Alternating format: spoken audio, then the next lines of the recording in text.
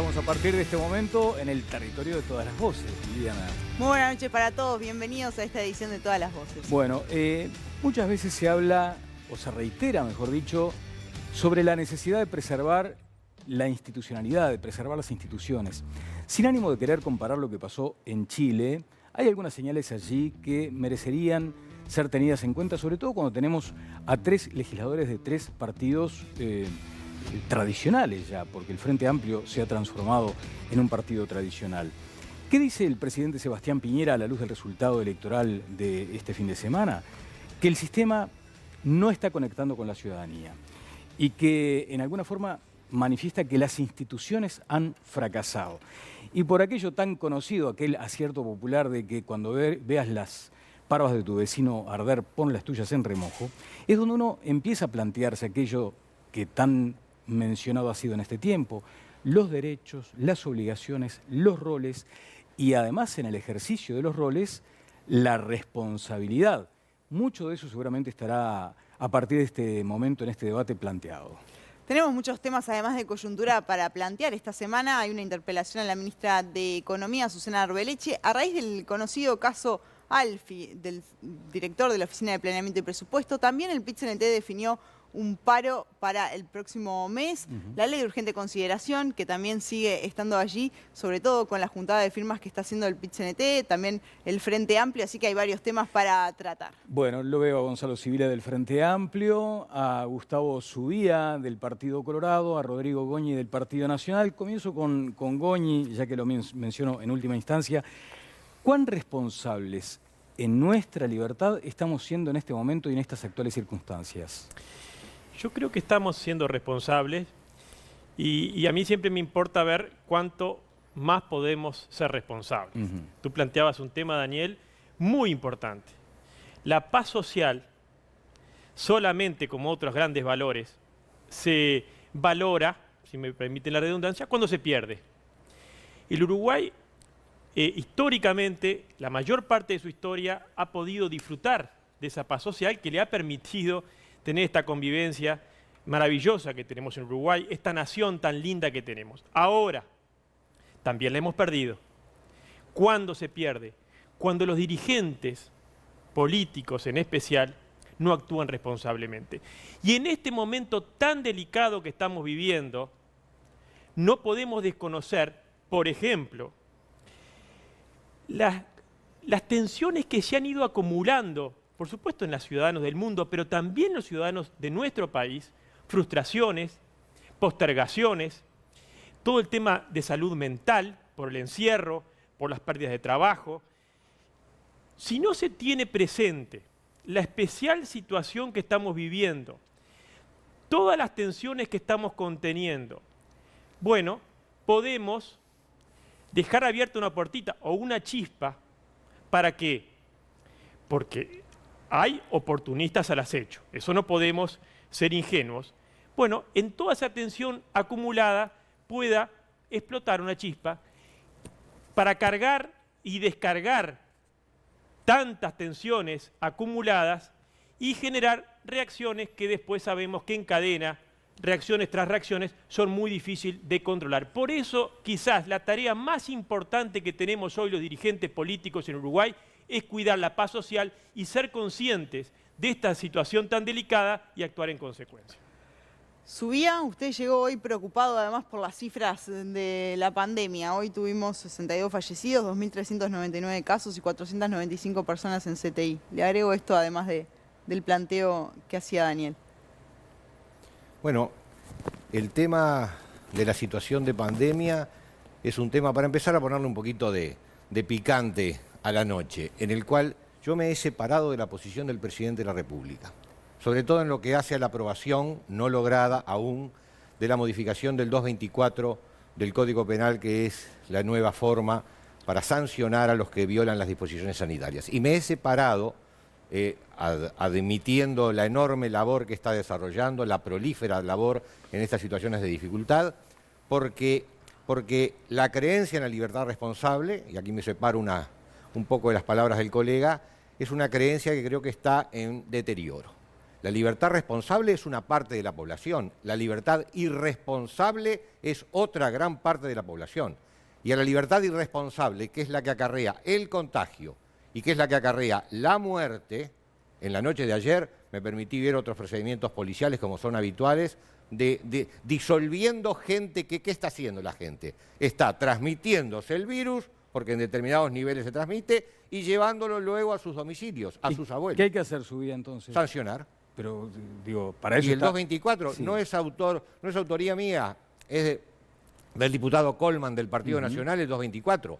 Sanciona a los irresponsables que violan disposiciones y ponen en peligro la vida. No solamente que se le cae el tapaboca en el ómnibus y se va preso. No empecemos con las simplificaciones tan tontas, porque tenemos un sistema judicial muy maduro y muy garantista. A mi juicio, muchas veces excesivamente garantista. Entonces, cuidado, estamos un poquito mejor en estos días, brillante, ojalá siga, pero acá no nos descuidemos, porque países que tuvieron un poco mejor y retrocedieron, hay muchos.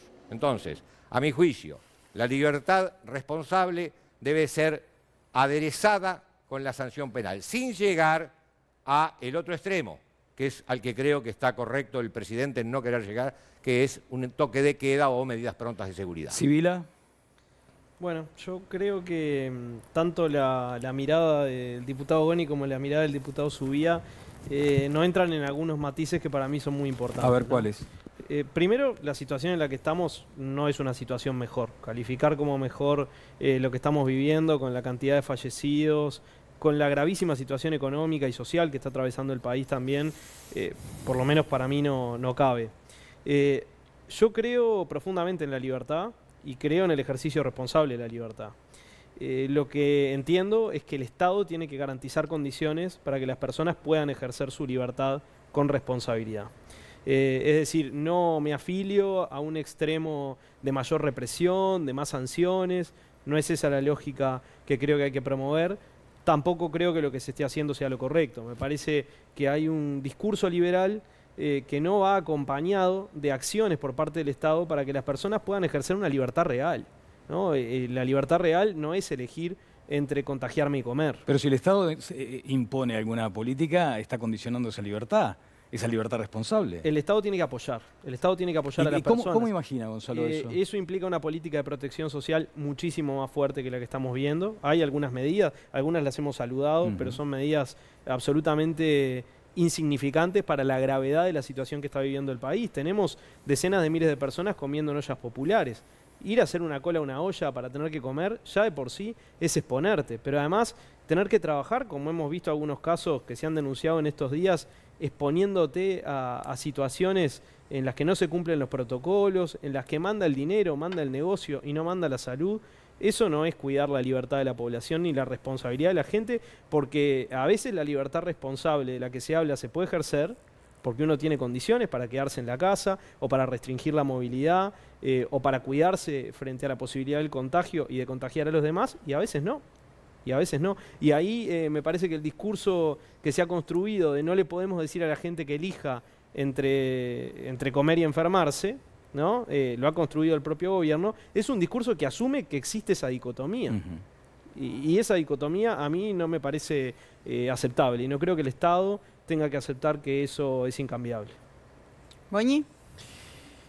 No vamos a aceptar de ninguna manera que se le cargue las culpas y la responsabilidad del gobierno de lo que está pasando. Eso es un simplismo. Voy a tratar de ser delicado, como siempre trato de ser, y respetuoso. El gobierno está haciendo todo lo que está a su alcance. Si no hace más, es porque las circunstancias nos lo permiten. Cuando se habla de más recursos, a mí no me gusta ir para atrás, siempre miro para adelante, pero hoy no hay más recursos porque en el ciclo económico, que el diputado sabe muy bien porque sabe de economía, siempre sucede en las economías, en la época de la abundancia se reventó, se quemó todos los recursos que bien podrían estar ahora. Si estuvieran ahora, no tengan ninguna duda que el gobierno, la ministra de Economía, que a sensibilidad no le gana a nadie, estaría volcando más recursos. Hoy se vuelcan todos los recursos que es posible. ¿Por qué? Porque cuando dicen, ¿y más recursos de dónde? Y entonces priorizan el déficit fiscal. No, es que si no priorizás, no controlás el déficit fiscal, empeorás toda la economía, enlentecés la creación de trabajo, no conseguís dinero, es decir, los problemas se agravan mucho más. Entonces, yo creo que, y eso iba al comienzo de lo que tú planteaste, Daniel, no carguemos las culpas, manipulando, cargando responsabilidades a un gobierno que ha hecho todo lo que había que hacer y además ha actuado de tal manera que la enorme mayoría de la población apoya la gestión de la pandemia. Marcelo Abdala está vía Zoom con nosotros y además, Viviana, sabemos, hay una convocatoria a un paro. Me gustaría detenerme en todo caso para preguntarle a Marcelo Abdala si comparte esta afirmación del diputado Sibila de que, de acuerdo a las políticas del gobierno, podría presumirse que manda el dinero y manda el negocio. Marcelo, buenas noches, ¿cómo le va? Buenas noches, ¿cómo están ustedes? ¿Comparte esa visión? Yo creo que el gobierno fracasó en el manejo de la pandemia en el mes de abril y creo que su responsabilidad es que se le tendió un puente bien importante por parte del movimiento obrero cuando le propusimos convocar a un diálogo nacional por la vida, en donde se buscaran compromisos, responsabilidades, obligaciones y también derechos, desde el punto de vista de ayudar a disminuir de una manera más consecuente la movilidad. Cuando uno quiere disminuir la movilidad, el problema que nos pone a nosotros en una contradicción es que se mete con el trabajo. Y el gobierno rechazó ese puente. Por tanto, se mantuvo la actividad laboral, se mantuvo la movilidad y las cifras de la pandemia han sido elocuentes. Somos el peor de la clase en el planeta en cantidad de contagiados, en cantidad de fallecidos con respecto a la población, eso nos duele mucho. Y lo que más nos duele es que una propuesta, digamos, sumamente bien intencionada de buscar con la academia, con los actores médicos, en función de las informaciones que nosotros teníamos de los propios trabajadores de la salud, en donde pudieran aparecer medidas sanitarias, pero también, evidentemente, medidas económico-sociales, porque si tú le pedís a la gente que no se mueva, tenés que de alguna manera sostener con un Estado presente una protección social que le permita a la gente vivir. Bueno, lamentablemente eso fue rechazado. Con esto no estoy diciendo que no hayan conversaciones. Yo faltaría la verdad si dijera que cada vez que el Poder Ejecutivo precisó conversar con el movimiento sindical lo hizo y al revés es lo mismo. Pero me refiero a un diálogo formalizado, institucionalizado, donde todo el mundo asuma compromisos y responsabilidades, todo el mundo ponga sus aportes y se pudiera salir con un gran acuerdo nacional. Yo creo que eso no se hizo y efectivamente los mecanismos de protección social son básicamente los heredados de una construcción histórica. Tenemos la seguridad social, hemos participado, digamos, en la cobertura del seguro de paro de decenas de miles de trabajadores, pero para el tamaño de las consecuencias económico-sociales de esta pandemia, que no es solamente sanitaria, sino que también es social, realmente son bastante insuficientes las medidas tomadas y eso creo que es un déficit de la situación que luego se refleja en todos los datos, ¿no? A mí me daría realmente vergüenza que a un llamado que acompañamos, aunque es parcial, insuficiente, digamos, acompañado de jornales solidarios, de una forma de asistencia social, se hayan anotado nada más y nada menos que la friolera de más de 130.000 compatriotas. Eso significa que la cosa está muy mal. Abdala, todo esto que usted dice, ¿cómo se combina con la medida que adopta el PIT-CNT de un paro general para el mes de junio? Directamente. Se combina con que los trabajadores hemos tenido una muy importante rebaja salarial en lo que va del año. Aparece el director de OPP, Isaac Alfi, cuando el gobierno ha hecho un compromiso de que en esta negociación de este año se iba a empezar a conversar de recuperación del salario real. Empieza el señor Alfi a hablar de desindexación del salario, con lo cual es muy difícil explicar de qué manera se puede recuperar salario real si el mismo no está, digamos, vinculado a los precios y a la evolución de los precios. Hemos tenido, digamos, una dosis muy importante de desempleo. Nosotros hemos participado en actividades solidarias que demuestran, digamos, que en Uruguay hay hambre en estos momentos. Una parte muy importante de una acción trascendente que hicimos el 1 de mayo que demuestra la responsabilidad del movimiento obrero porque ni nos aglomeramos en un acto ni tampoco hicimos una caravana, sino que desarrollamos una acción absolutamente descentralizada y en los barrios juntamos miles de kilos de alimentos para las ollas populares. Es decir, en una situación de este tipo, otra que paro general, digamos, es lo que corresponde a un movimiento sindical autónomo, independiente, constructivo, porque tenemos muchas propuestas, pero también de lucha, como es característica del movimiento obrero uruguayo. Marcelo, lo que se plantea también en estas circunstancias es el sentido de la oportunidad. Me gustaría que Gustavo Subía, que está aquí con nosotros, hablara precisamente de eso, ¿no? De cómo interpreta usted esta medida de paro en el marco que estamos viviendo, Subía. Bueno, mundialmente estamos sometidos a una pandemia que a todos los países los ha tirado al piso. Entonces, empezar por tratar de dar lineamientos teóricos, que son siempre fáciles de dar, en situaciones de desesperación como se está viviendo a nivel del mundo, más allá de algunas recuperaciones parciales, como hoy decía, me parece que son fórmulas muy livianas. Argentina impuso medidas de toque de queda, quizás de las más extensas en el planeta, y es uno de los países que también sus resultados no se ven. Quiere decir que es muy difícil para un gobierno maniobrar dos baremos básicos. Uno, la pandemia, y por otro lado, el trabajo. ¿Qué hacemos? ¿Apretamos las tuercas para impedir la circulación, como son esos formatos que últimamente han venido, y dejamos entonces el trabajo por el piso? ¿O dejamos las tuercas libres y entonces, priorizando la actividad económica, la pandemia nos invade? Pero le pregunté por el paro, Subía. Enseguida llego. Quiero plantear la situación en que el paro se va a generar. Sí. El paro se va a generar en una olla hirviendo en la que estamos todos metidos, y hoy el Uruguay está peor, pero el año pasado estuvo mejor, y mañana puede estar mejor y otros países peor. Entonces, con respecto al paro, a mi juicio es un dislate. Sobre todo algunas de las reivindicaciones que se mezclan en plena pandemia, y son los 15 profesores separados del cargo en San José.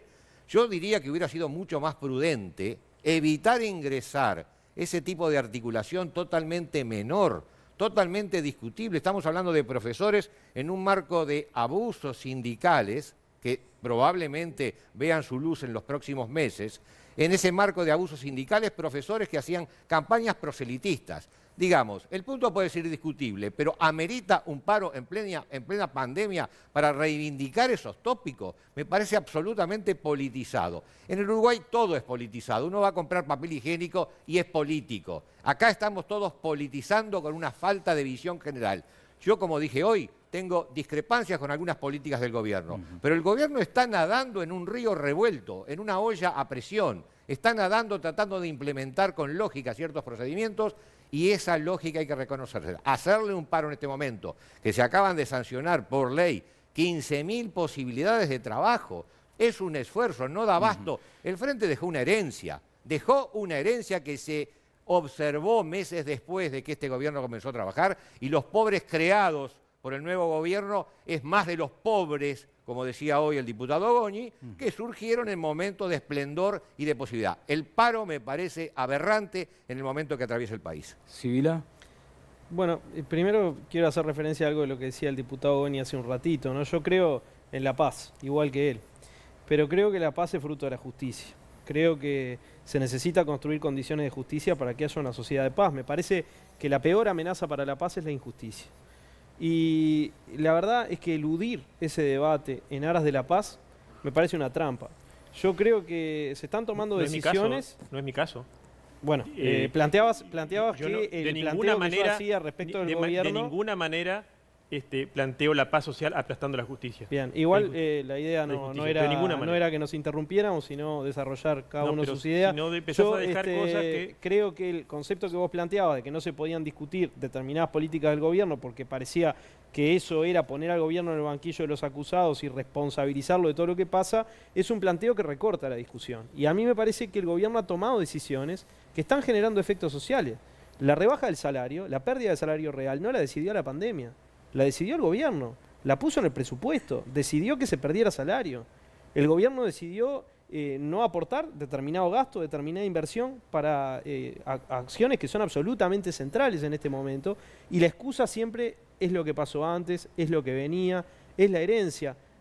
Acabamos de ver una emisión de deuda con resultados que se dicen muy exitosos, porque se muestran fortalezas del país. Esas mismas fortalezas del país que se presentan para afuera, que se celebran cuando se logran determinados resultados en mercados internacionales, parece que no nos permiten acceder a crédito para tener mejores políticas, parece que no nos permiten invertir como hicieron otros países con déficits fiscales peores que los del Uruguay. mucho peores que los del Está Uruguay. Abdala Invertir- esperando la participación. Sobre el paro, ¿le parece Sobre pertinente? el paro, a mí me parece el paro es absolutamente pertinente porque las reivindicaciones, incluso las que mencionaba Subía recién, que son muy graves para el movimiento obrero, para el movimiento sindical, estamos hablando de libertades sindicales, estamos hablando de cuestiones muy sensibles, son reivindicaciones absolutamente justas. Y no acepto que tras la cobertura de la pandemia se permita instalar la idea de que no se puede protestar o que no se pueden plantear puntos de vista diferentes y que se adjudique a todo lo que pasó antes lo que se está haciendo mal ahora. No lo comparto y creo que no le hace bien a la democracia discutir así. Claramente la sed de empleo que tiene Uruguay es muy importante, ¿no? Hacía referencia Abdala recién a los 140.000 uruguayos que se anotaron a esto de los jornales solidarios para solo 15.000 puestos. Los departamentos con más anotados son Montevideo, Canelones y Salto. Ahora, Abdala, ¿no debería, ya que está planteada la medida, hacer foco en esto y en definitiva limitar la consigna a justamente el mayor problema que enfrenta el país en este 2021 después de lo sanitario? De hecho, es así que está organizado. Yo me resisto a que lo que nos ofrece el Poder Ejecutivo sea una contradicción, una antinomia entre el trabajo y la salud. La sociedad precisa las dos cosas. Lo que pasa es que para esos efectos deben haber políticas públicas que apunten en esa dirección. El paro general es contra el hambre, porque en Uruguay hay hambre.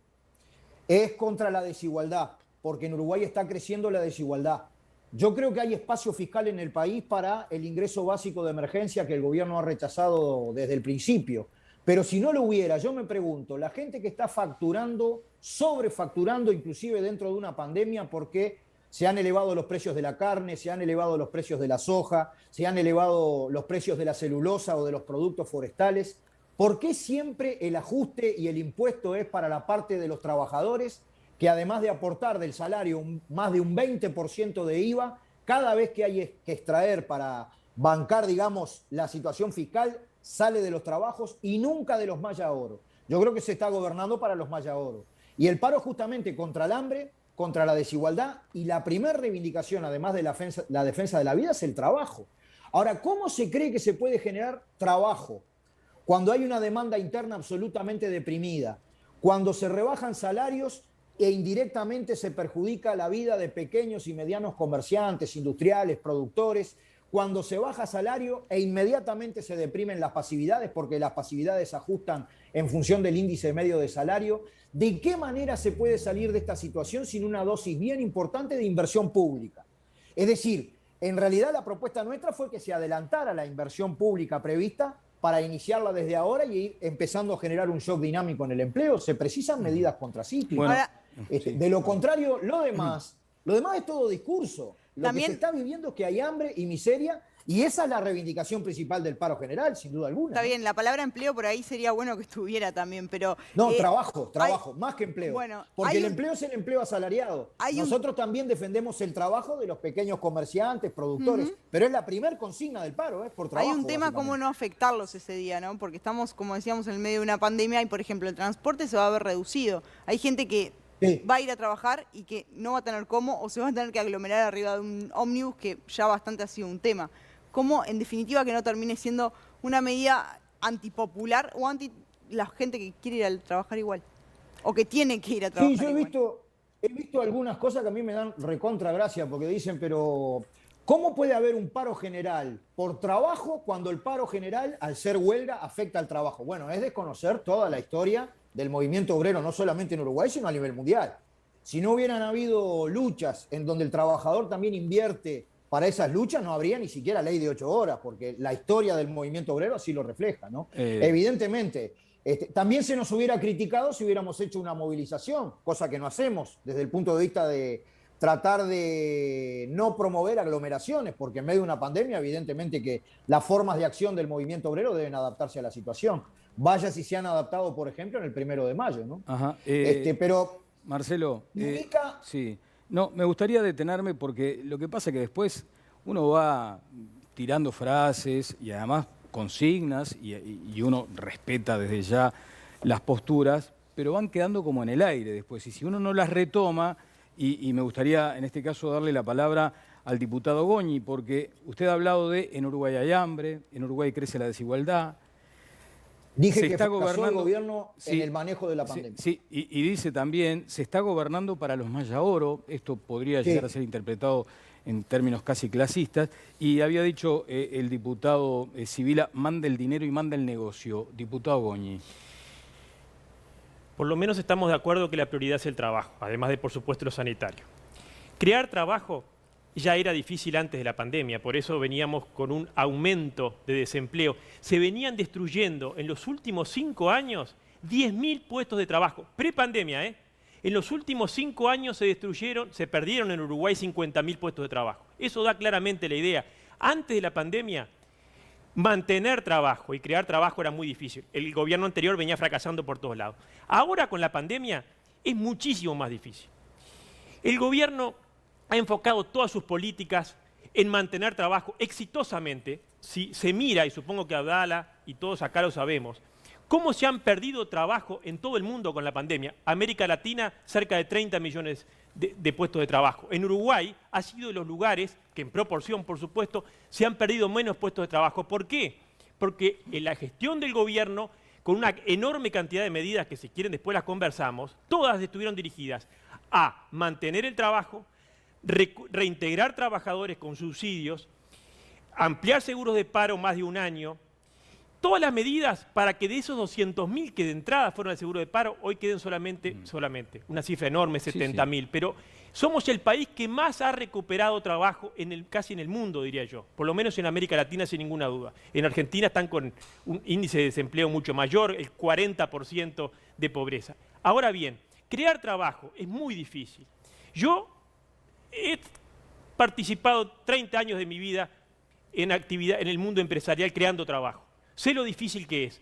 El periodo pasado, entre las cosas que investigué el Fondes, no fue solamente para demostrar el despilfarro y la corrupción, que después por suerte se demostró y nunca más hablé de eso, sino para demostrar que la teoría de que con millones y millones y millones del Estado se podía crear trabajo no era real.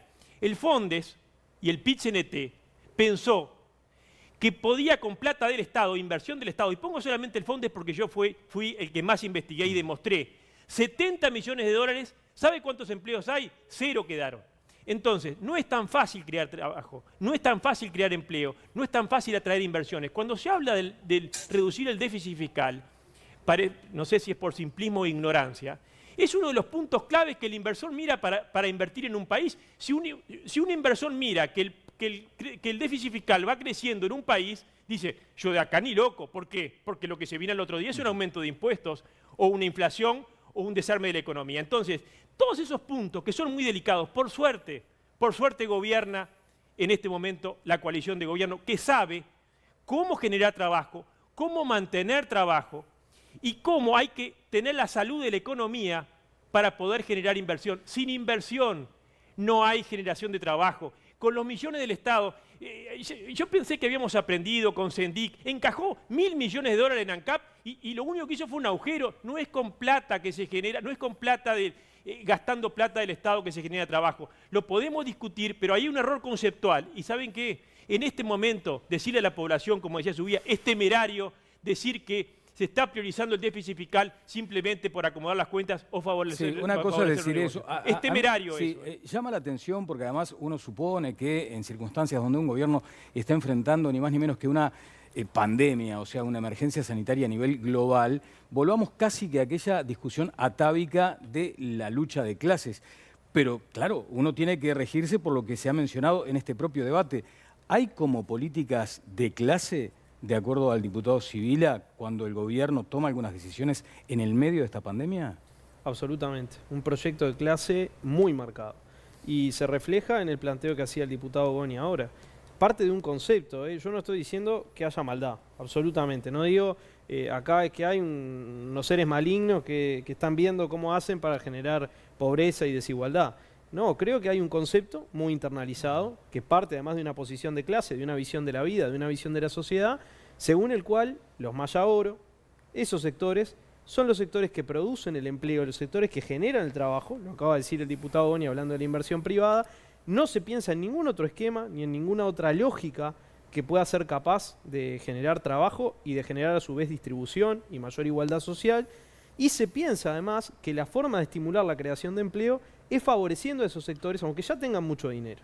Entonces no importa si están ganando más que antes, incluso durante la pandemia, por los precios internacionales, por muchos otros factores, a esos no se los puede tocar. Yo no comparto la idea de que la prioridad del gobierno sea el déficit fiscal. Yo creo que la prioridad del gobierno es favorecer a esos sectores, que son los sectores que ellos legítimamente consideran, y eso parte de una visión de clase, que derraman hacia el resto de la sociedad todo lo demás, inclusive la posibilidad de trabajar y de construir una sociedad, no sé si más justa, esto depende de los valores y de la visión del mundo que cada uno tenga, pero sí una sociedad que funcione mejor desde el punto de vista de esta concepción que sostienen. Entonces, a mí la verdad es que no me cierra por ningún lado, entiendo que hay mucha evidencia histórica sobre esto, no funciona, el derrame ese no existe, favorecer a los Maya Oro, como ha dicho el propio presidente de la República, no genera más trabajo, no genera más igualdad, tenemos 100.000 nuevos pobres en el Uruguay, tenemos más de 60.000 nuevos desempleados. Perdón, pero en eso un se año. consigue tocando a los Maya Oro, como usted dice. Yo pienso que con una política más justa, ¿En qué sentido? Hablando, por ejemplo, de Porque financiar... la justicia Sí. es un concepto muy lindo ahora. ¿Qué hacemos? ¿Cómo se baja esa No, tierra? tiene correlatos muy claros, ¿no?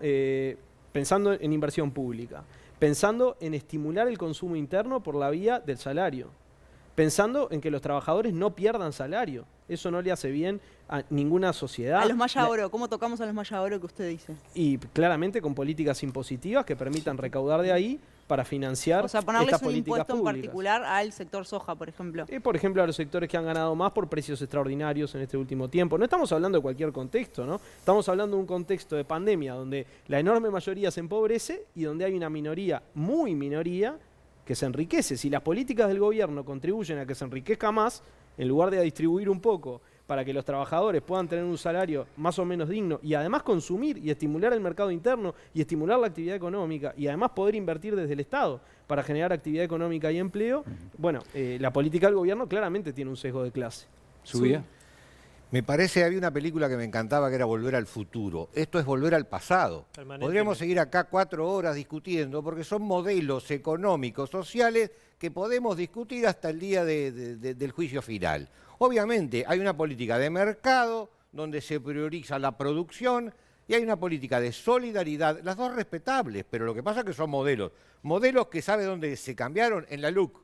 Hoy yo me vine preparado para hablar de la LUC, porque esto cambió la filosofía de este país, porque hubo gente que dijo, basta con esta filosofía de solidaridad, amor y condescendencia con todos, y así el país empezó a decrecer y por eso hubo un cambio de gobierno. Entonces, podemos seguirlo discutiendo hasta el día del arquero, pero esto creo que no da más, por eso esto es volver al pasado. Estos discursos los he escuchado, yo mismo me he escuchado. ¿Y en qué cambia ahora su vida con la LUC? Este escenario planteado aquí en este debate, ¿en qué cambia? La LUC cambia varios ejes centrales de un país.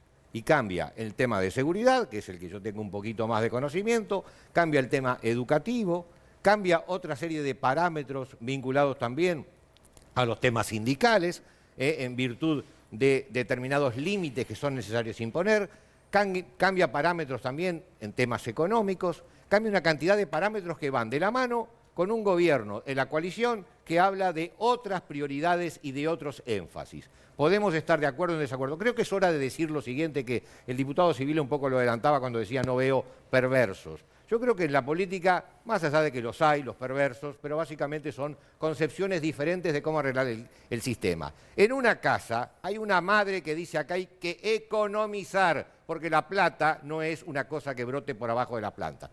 Y hay un padre que dice no, tenemos que gastar para darle mejor nivel a nuestros hijos, o viceversa. En cualquier organización hay el que tiene que amarretear, perdonen la expresión, para que haya, y está también en su momento de esplendor el que tiene que gastar para que se distribuya mejor. Creo que algún día la humanidad, quizás dentro de 5.000 años, se pongan de acuerdo en que padre y madre tienen que llevar de acuerdo esas políticas.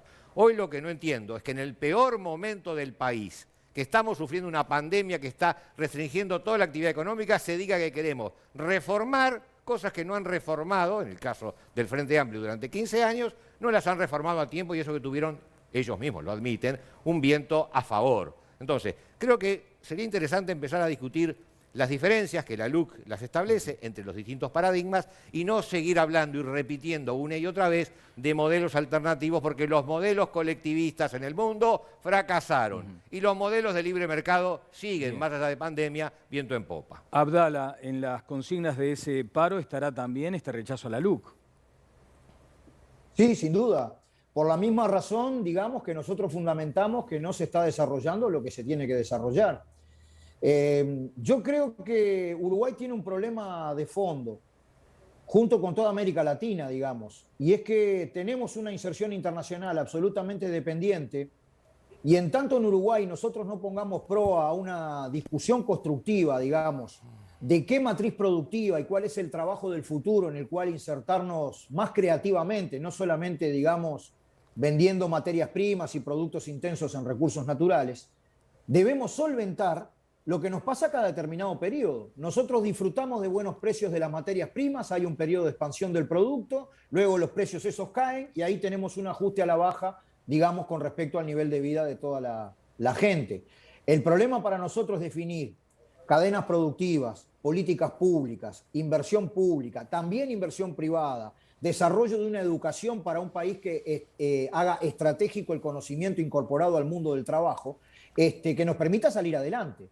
Y evidentemente desde el punto de vista de nuestra lucha, que es en definitiva democrática, pretendemos que la gente se informe sobre la LUC, que se dé el debate que la coalición de gobierno encorsetó por utilizar una modalidad de urgente consideración para un proyecto que es una ley de leyes, que tiene casi 500 artículos, donde hay todo un modelo de país en las distintas aristas que están planteadas ahí. ¿De qué manera se va a una discusión estratégica para un proyecto de país a favor de la gente? Donde obviamente tenemos muchos desafíos desde el punto de vista de calificar el trabajo y también la distribución de la riqueza y la construcción de una democracia más profunda.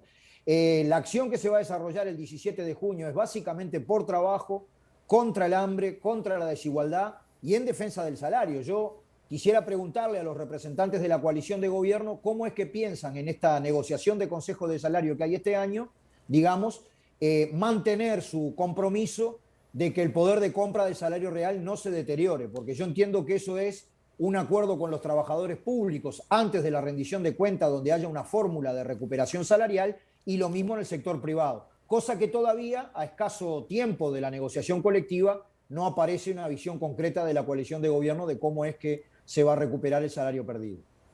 Bien, Goñi.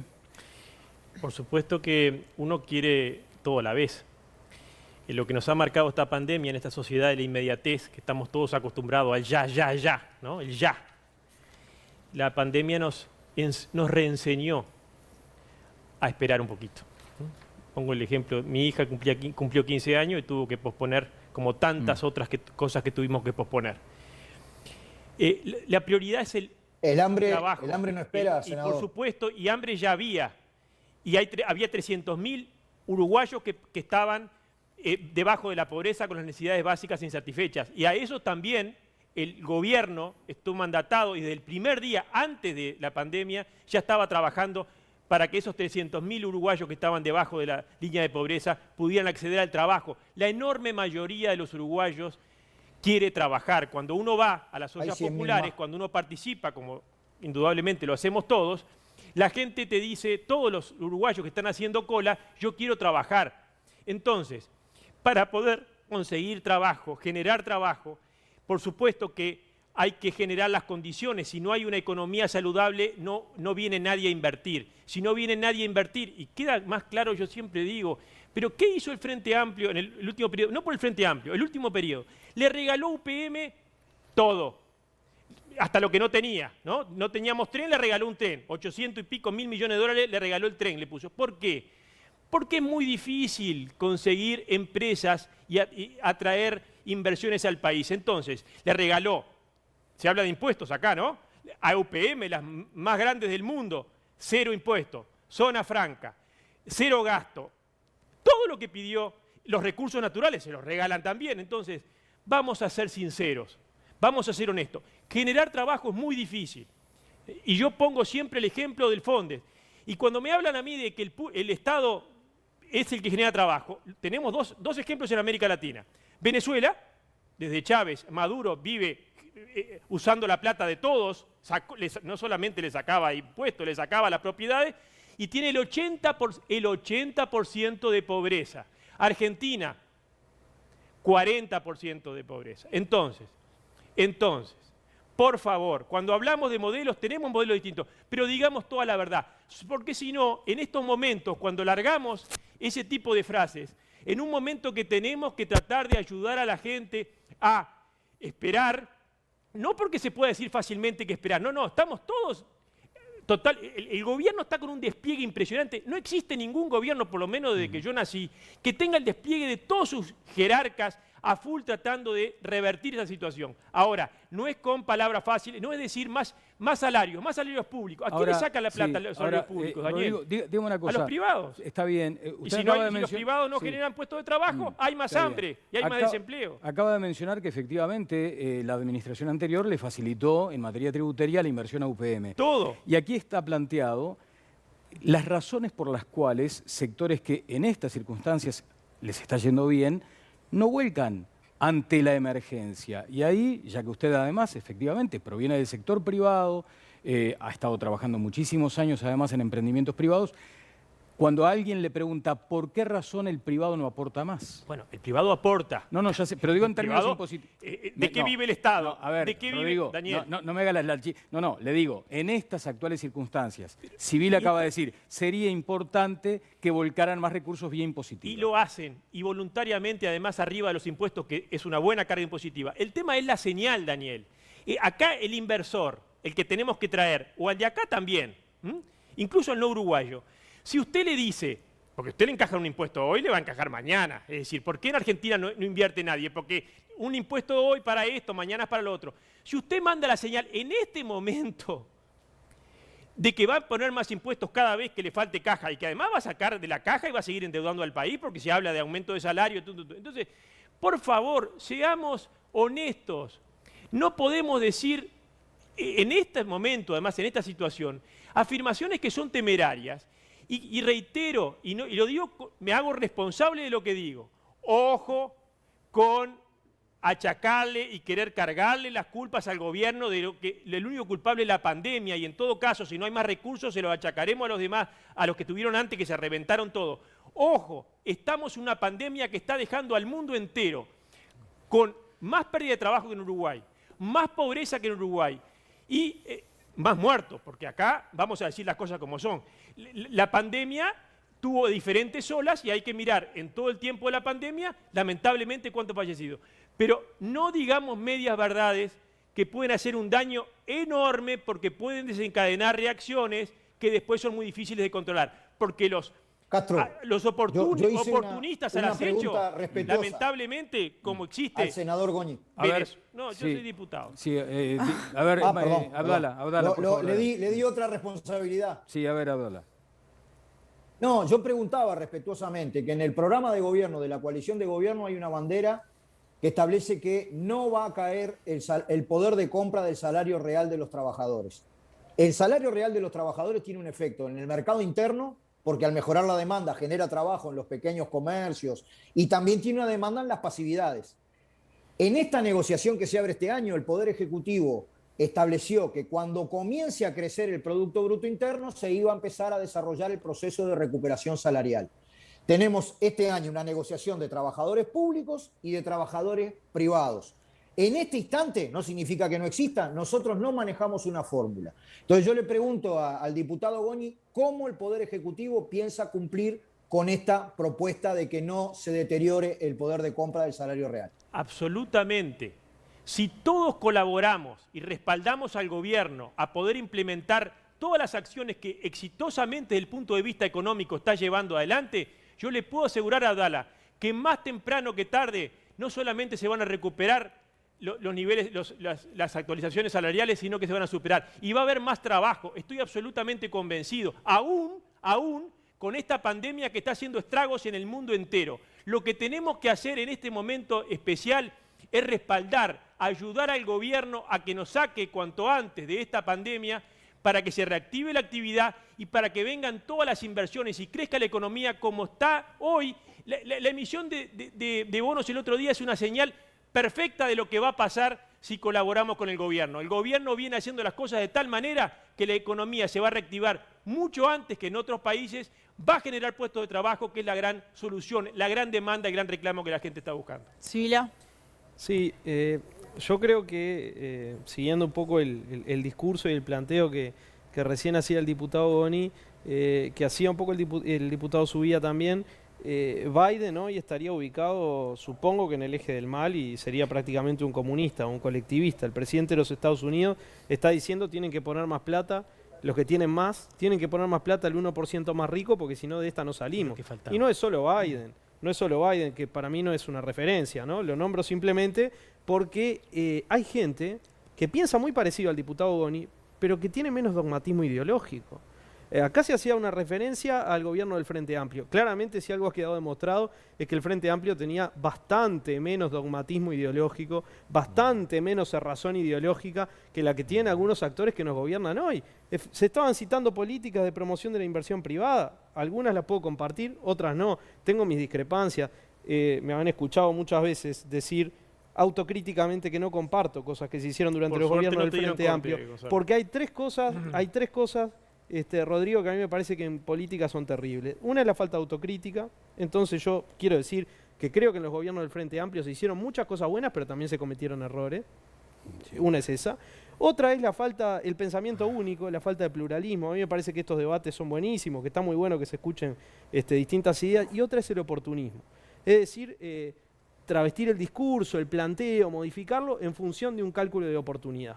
Yo siento que se está discutiendo con bastante franqueza. El diputado Subía decía hace un rato, la LUC cambia un modelo de solidaridad por otro modelo. Yo lo definiría como un modelo egoísta, como un modelo de concentración, como un modelo represivo. Pero discutamos eso. Capaz que la definición que yo le doy a ese modelo, el diputado Subía no la comparte, no la ve igual, pero este debate es fundamental para la sociedad. ¿Y es oportuna la interpelación a Arbeleche? Es absolutamente necesaria, Daniel. En este momento, la verdad es que uno dice qué es oportuno hacer políticamente y se cuestiona todo 10 veces, ¿no? Estamos en el medio de una pandemia, con una situación tremendamente delicada, pero el Parlamento no ha dejado de funcionar.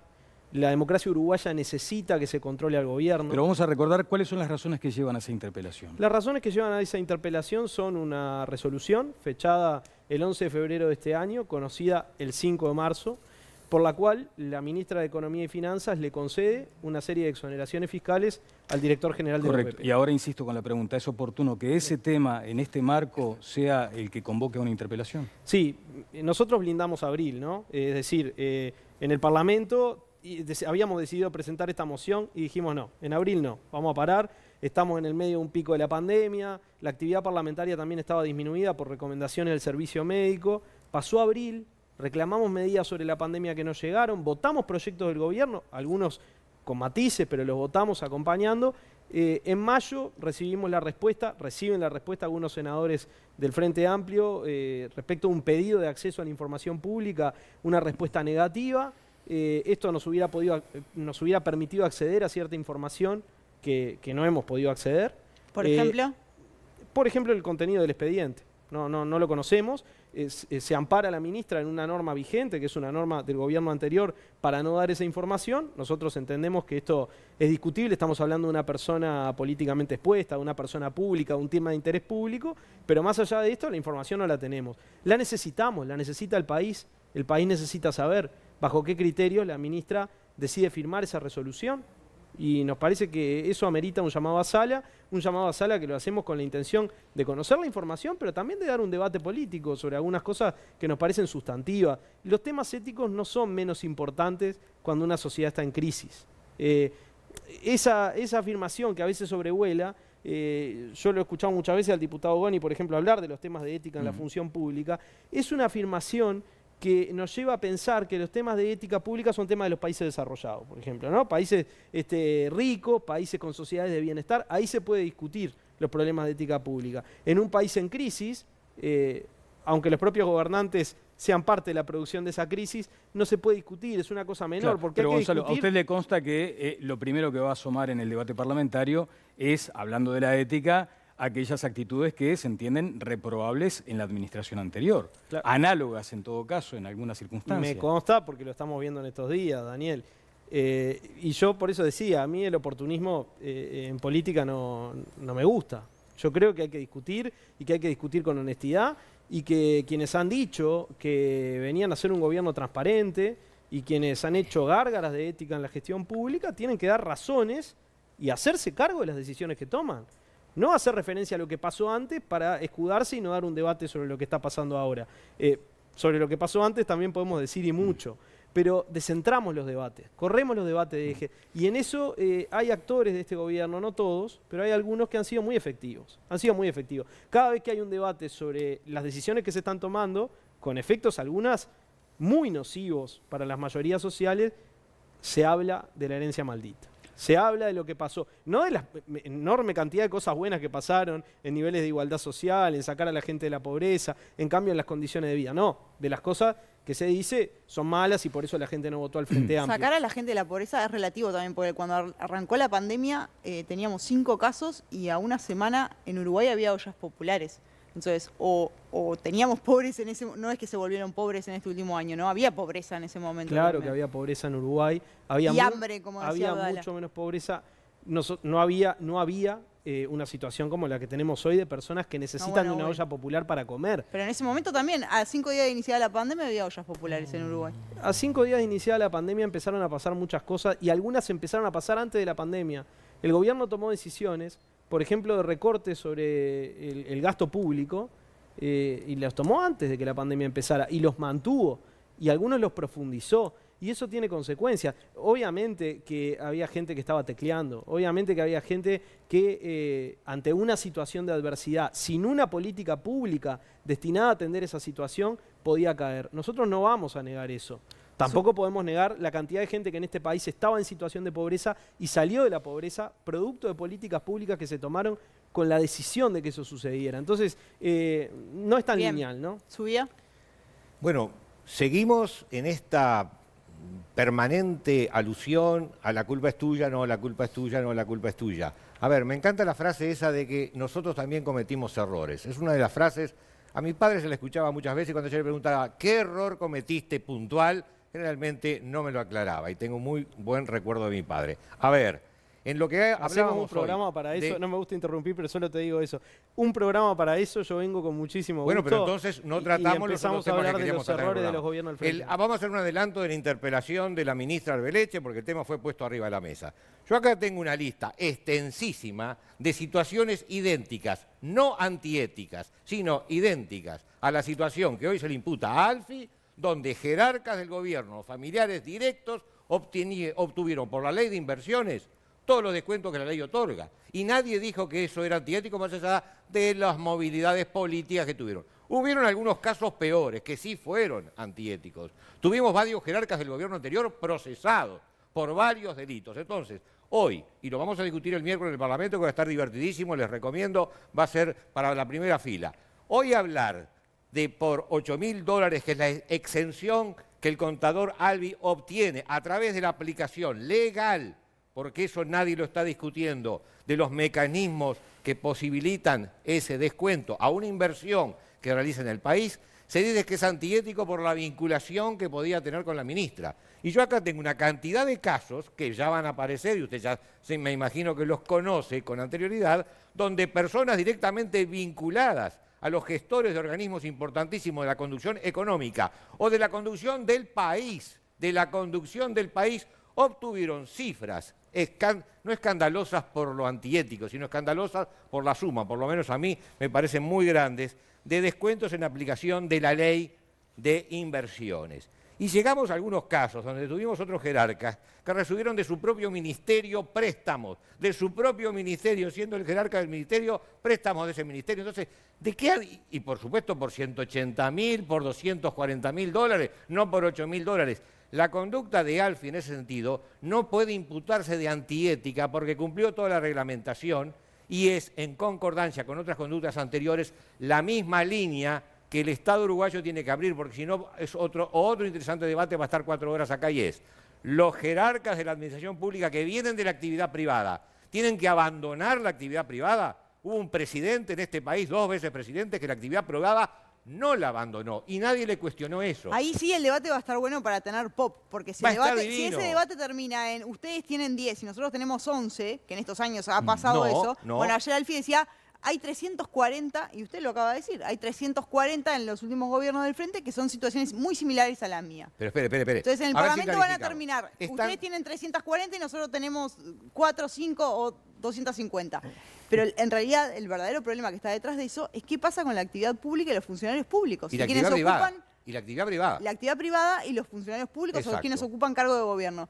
Porque usted nombraba al presidente, pero hubo secretarios de la presidencia que mantuvieron su actividad Pero, privada y en cantidad. este gobierno también. Entonces, claramente Pero ahí hay una a ver, hay pero un problema. demos ese debate sobre si el Porque además hay un funcionario... código de ética pública que también exige tener ciertos recaudos con la actividad privada que no se tienen. Pero el código de ética no influye para nada en que una persona que en su actividad privada tiene determinadas posibilidades para obtener exenciones, las aplique. Y en ese sentido yo no estoy criticando a los jerarcas Ahora, del gobierno yo lo que me anterior. pregunto es, ¿el director de la Oficina de Planeamiento y Presupuesto no tiene demasiado trabajo como para encargarse de eso? Claramente su actividad privada no puede. Como así un presidente de la República, como así un secretario de la Presidencia que mantenía su estudio de abogados, uno tiene la sensación de que tienen cargos ¿Y qué le parece de si eso lo extrema discu- relevancia pero para ¿y todos qué le nosotros, parece si eso lo como para que- discutimos en una adenda a la ley de ética pública y decimos, el funcionario que ha tenido actividad privada debe de abandonar su actividad privada porque entra en colisión con la actividad pública? El presidente Tabaré Vázquez expresamente lo dijo una y otra vez, mantengo mi actividad, me hace bien mi actividad para poder manejarme El en una punto es que presidencia. si hace eso, ¿quién va a llegar al Estado? Bueno, no van a llegar los por más supuesto, capacitados. pero si admitimos que quien realiza la actividad privada tiene el derecho,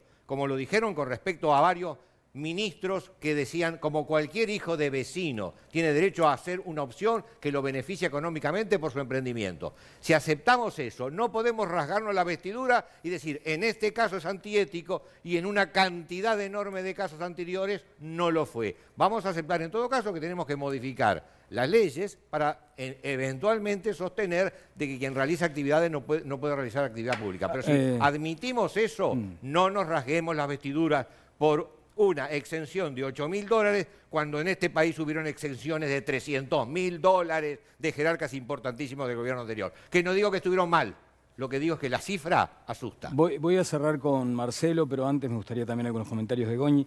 No ingresaré en defensa de ningún modo de funcionarios públicos que mantienen su cargo privado de pronto, pero lo que pasa también es que a veces se pierde de vista la función del servidor público y uno debería apostar o apuntar a aquellos más calificados para determinados cargos. Y muchas veces ofrecerle un cargo a una persona que está en la actividad privada es ponerle la mano en el bolsillo. Es que el punto le es que- quitas recursos, o sea, le haces perder plata, le haces perder guita, si querés, la vulgaridad esa. Entonces, a veces también uno debe asumir que, y pasó en todos los gobiernos, que la persona viene, presta una función, da una mano y después, supongo, Pero hay que sincerarse de que hay un problema. Y hay que dejar las cosas claras, como además lo que decía Viviana, Daniel, lo marca claramente el Código de Ética. Me pide Sibila, pero Breve antes quiero comentario. despedirme de Marcelo Abdala.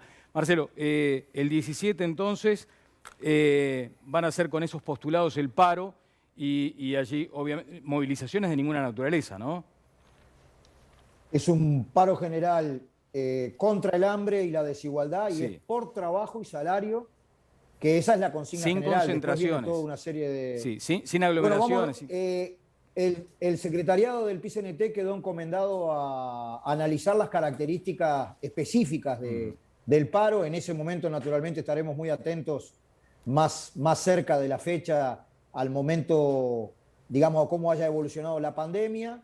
El 1 de mayo fue sumamente exitoso en desarrollar acciones descentralizadas en los barrios. No hubo aglomeración, pero sí hubo movilización. Ajá. Pero esa parte del asunto no está resuelta Bien. y quedó encomendado del secretariado Muchas para gracias. ¿Cuántas decidir. firmas van? Breve, antes de bien. terminar. Bueno, eso lo maneja la Comisión Nacional Pro Referéndum, la que habíamos anunciado, si mal no recuerdo, fue la semana pasada, eran 445.526. Han habido actividades muy prolíficas en firmas todos los días hasta ahora, la gente está yendo a los centros de vacunación, se fue al hipódromo el sábado, ayer se estuvo en la Feria de Piedras Blancas, hoy en el Complejo América.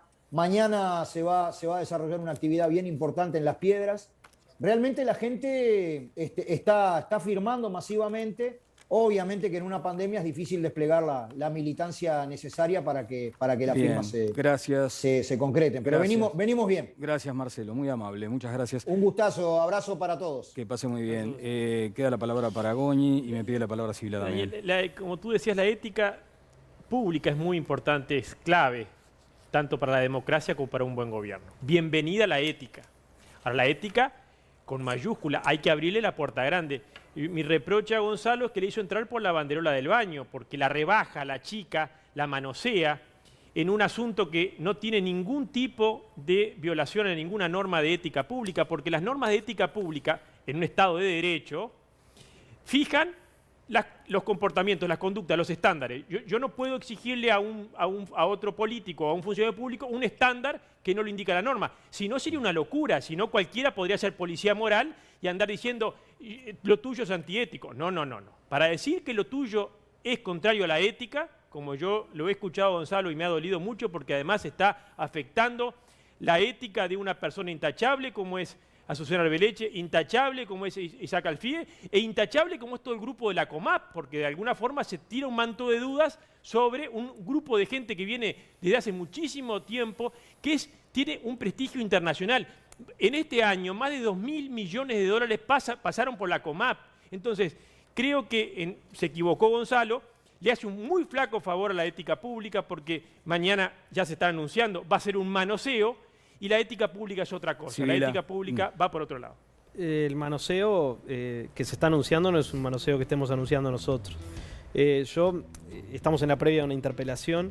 Por respeto al propio ámbito parlamentario y a la discusión que vamos a dar ahí, hay muchos elementos que vamos a dar en la interpelación que no los voy a dar ahora, que hacen parte del debate que tenemos que dar en la propia interpelación. Solo digo que se están comparando cosas que no son comparables, que además se está haciendo omisión de que hay una ley vigente desde el año 2019, producto de que, entre otras cosas, los propios jerarcas de gobierno, la fuerza de gobierno, asumió que era necesario establecer normas nuevas respecto de la ética en la función pública.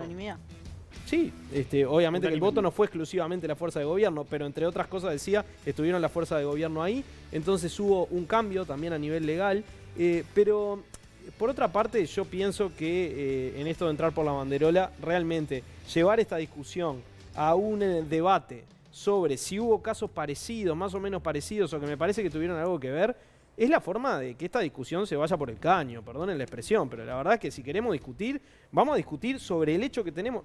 Y no, Rodrigo, porque hacen así, porque no hay argumento para fundamentar la decisión que se tomó. ¿Trajiste un hecho equivocado? No hay argumento para fundamentar la decisión que se tomó. Si no, se discute con argumentos. Una cuestión ética que no hay ninguna violación de ninguna. Se discute con argumentos. Y esto no es un tema de honor. Esto no es un tema de honor. No estamos en la Edad Media. Es un tema de honor. No estamos en la Edad Media. No es un tema de honor. El honor es un derecho constitucional consagrado en la Constitución vigente. El honor es un derecho. Para ti no será un derecho. Para mí sí, y estoy seguro que para la sociedad también. Hay aspectos que son mínimos legales. No es de la Edad Media el honor. El honor es un derecho fundamental. Se confunden discusiones éticas con discusiones sobre el honor, se confunden discusiones legales con discusiones sobre el honor. Tuvimos que ver un subsecretario diciendo que había que agradecerle poco menos porque se iba del ministerio porque el yerno iba a ser el ministro, cuando eso está establecido en la ley.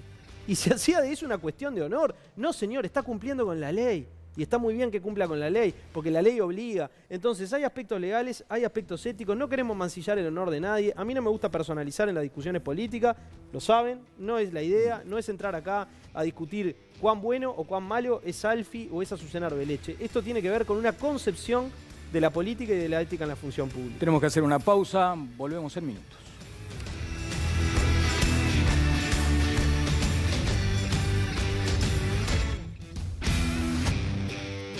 Bueno, llegamos al cierre. Último tramo y tenemos un minuto para cada uno de nuestros invitados para hacer un cierre. Los temas que estuvieron sobre la mesa, paro general, interpelación a la ministra Arbeleche y el momento de la pandemia. Goñi, arrancamos con usted. Cronometrado. Todo esto nos deja una enorme cantidad de desafíos que exige de la dirigencia política abrazar un propósito común. ¿Por qué?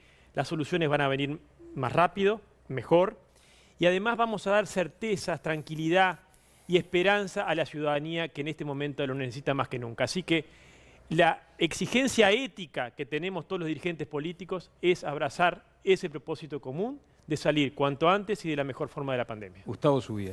Como el tema de la interpelación es un tema absolutamente menor, me voy a dedicar a lo que pensé que iba a ser tema de hoy, es la LUC. A destacar simplemente la necesidad de artículos que vinieron a cambiar el formato legal. La legítima defensa y su ampliación en variadísimos aspectos le da seguridad al ciudadano. El aumento de penas para los delitos de violación, abuso sexual agravado, narcotráfico, le da seguridad al ciudadano. Las declaraciones voluntarias del indagado en policía permiten indagatorias. Las requisas a las personas que caminan por la calle permiten indagatorias y hacen más efectiva la solución. Y de la cantidad de temas que tenía para hablar, me voy a detener solo en uno. En el artículo 86, criticado e incluido en la nómina de los artículos a derogar, está nada menos que la reducción de la pena que quieren mantener quienes quieren derogar la LUC a los femicidas. La LUC eleva las penas a los femicidas en el sentido de que no lo deja salir antes. No entiendo como quienes han hecho del femicidio, y me parece muy bien, un elemento central en las políticas, porque hoy es una pandemia el femicidio en el Uruguay, que quieran derogar la norma que quieren que los femicidas manténganse en prisión permanentemente. Gracias, Gustavo. Bueno, el cierre de su día, la verdad que es muy sugerente para dar algunas discusiones, ¿no? Yo creo que el tema de la LUC es un tema absolutamente central y quiero hacer alguna referencia a esto también, ¿no? Sobre todo quiero invitar a todos los que están viendo a que firmen para que podamos discutir esto. Por suerte, los legisladores del gobierno hoy están dispuestos a discutir sobre la LUC. Hasta hace muy poquito no estaban dispuestos a discutir sobre la LUC. Parte de la estrategia era no debatir, para no hacer visible la campaña. Hoy, con más de 450.000 firmas, parece que se entendió que esto puede llegar a un referéndum y nosotros queremos que la gente sepa de lo que estamos hablando, que conozcan los contenidos de la LUC, que este debate que está sugiriendo su vía acá se pueda dar, que podamos discutir, por ejemplo, por qué eliminamos restricciones que garantizan transparencia, restricciones al manejo de efectivo, por ejemplo, sabiendo que el lavado de activos y el narcotráfico están muy vinculados, cómo eso genera una sociedad más insegura, una sociedad menos transparente, y desde ahí retomar la solidaridad. Ese debate se va a venir seguramente. Exactamente, porque son los que pretendemos aquí en Todas las Voces, debates necesarios, ¿no? De eso se trata. Totalmente, 135 artículos tenemos para debatir, así que ese día hay que pedir más horario. Bueno, que pasen muy bien y hasta el próximo lunes. Hasta el lunes, chao, chao.